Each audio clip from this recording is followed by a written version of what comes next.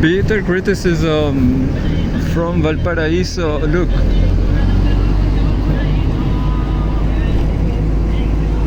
The great Valparaíso.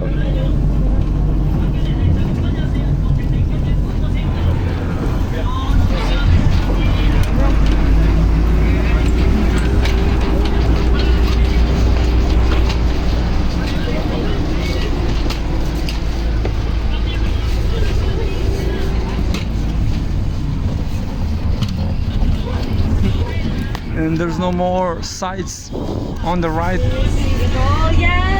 No more landscapes from the right. Just buildings, the street.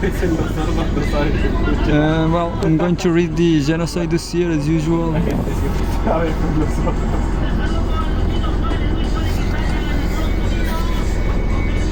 I bet, you know how much Palestinians are in Israel or in Palestinian historic territories, if you will. So sad. Definitely they should go away from Palestine. I'm not Zionist.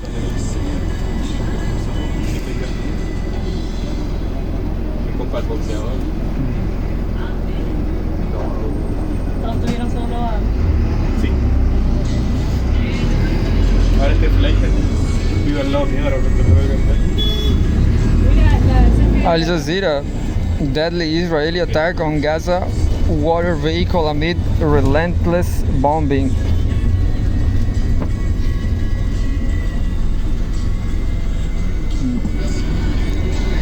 Al Jazeera.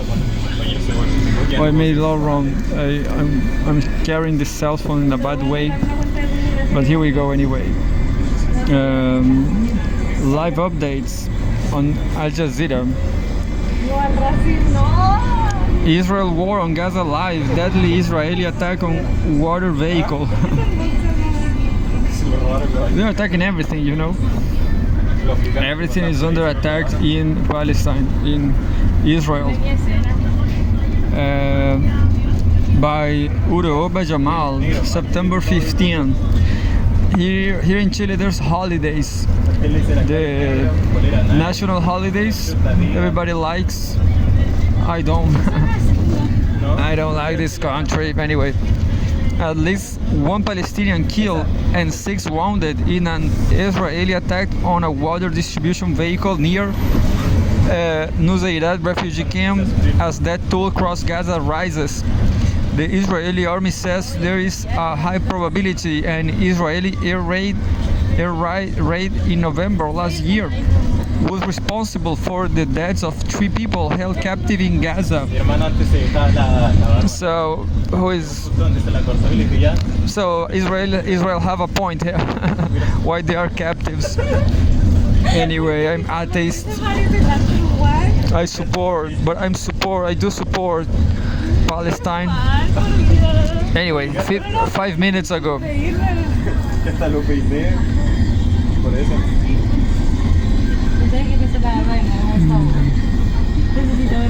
Israeli Air Force claims attack on Hezbollah infrastructure in southern Lebanon.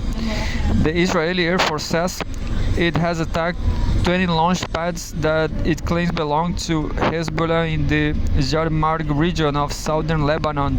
Quote, following the alerts that were activated in the Upper Galilee region, 2 suspicious aerial targets were detected that crossed from Lebanon and fell in the northern Golan Heights area. Northern Golan Heights area.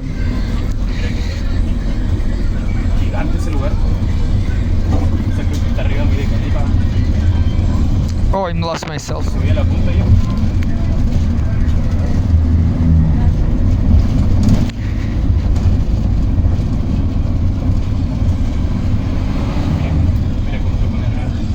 The problem with Al Jazeera site is that they move the text, you know.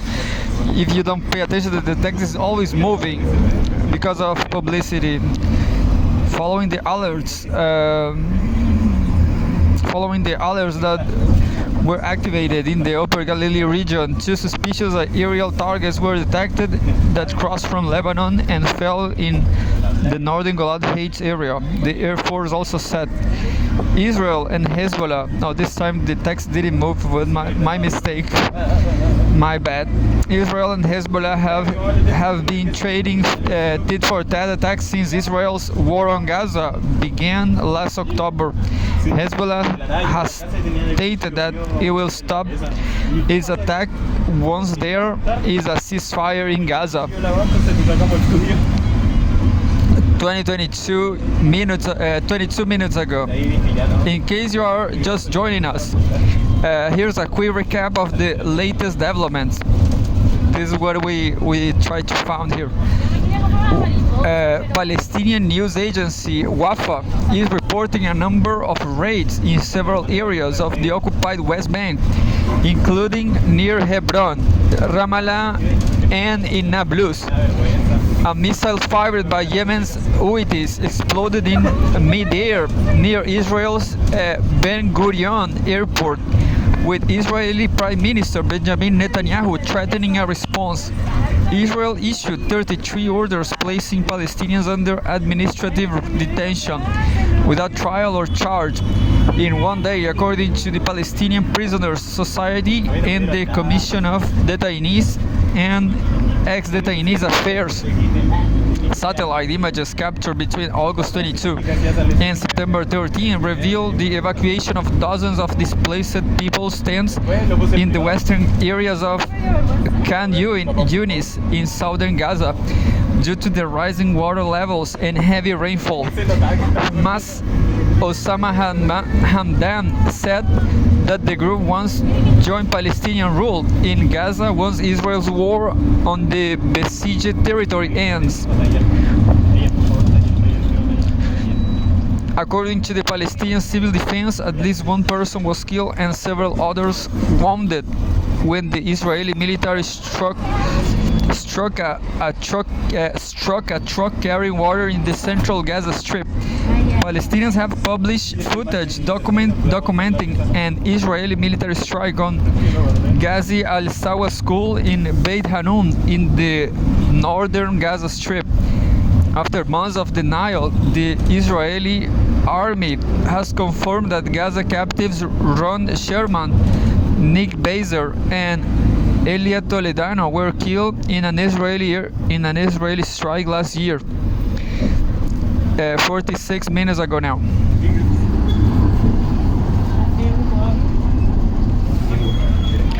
One Israeli injured in stabbing attack.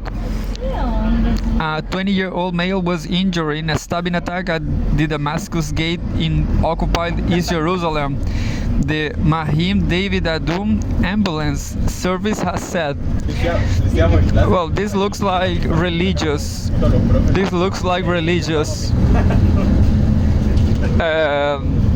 Medics said that the man sustained mild injuries to the upper body and was evacuated to hospital. The ambulance service also said that the assailtant was neutralized without specifying their identity or condition. Anyway, looks like today there was just one kill,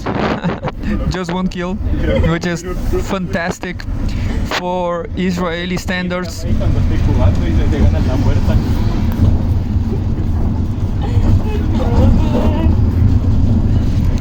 52 minutes ago.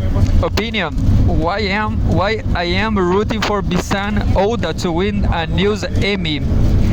Tafi Maka, Al Jazeera columnist.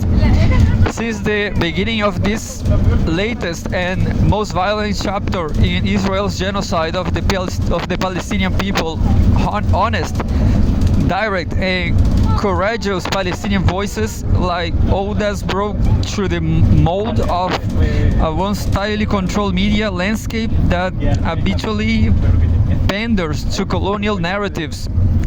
Her work, marked by a raw intensity and immense emotional depth, reached people around the world and exposed many of them to the painful reality of being a Palestinian in Gaza for the first time. Indeed, many Africans like me, who for too long depended on the biased output of Western news outlets to understand this so-called Middle East conflict, found Oda's authentic account of the Palestinian reality both informing and refreshing. In a media landscape where Israeli military spokespeople get both the first and the last word in news reports on the genocide they are committing, where Palestinians who lost dozens of family members to Israeli bombing are made to condemn any efforts at resistance to be allowed to speak about their loss, where Palestinians inexplicably died but Israelis are killed and slaughtered. Voices like Oda's should be appreciated, honored and protected at all costs. The voice of Auda. Since Israel's very inception, Western media have been complicit in its crime against Palestinians, especially leading British and American media organizations, which for decades held a monopoly on deciding what is accepted as true about Israel and Palestine, helped Israel legitimize its violence and land theft by pushing narratives that deshumanize Palestinians. But now that Oda and other courageous Palestinian journalists like her are able to reach large audiences, these organizations have lost the power to act as the sole arbiter of truth on Israel-Palestine. Israel can no longer silence Palestinian voices and make the world accept Israeli narratives as the indisputable truth of the conflict. And that's it for today. I'm going to check it out. Maybe I'm going to check it out WADA too.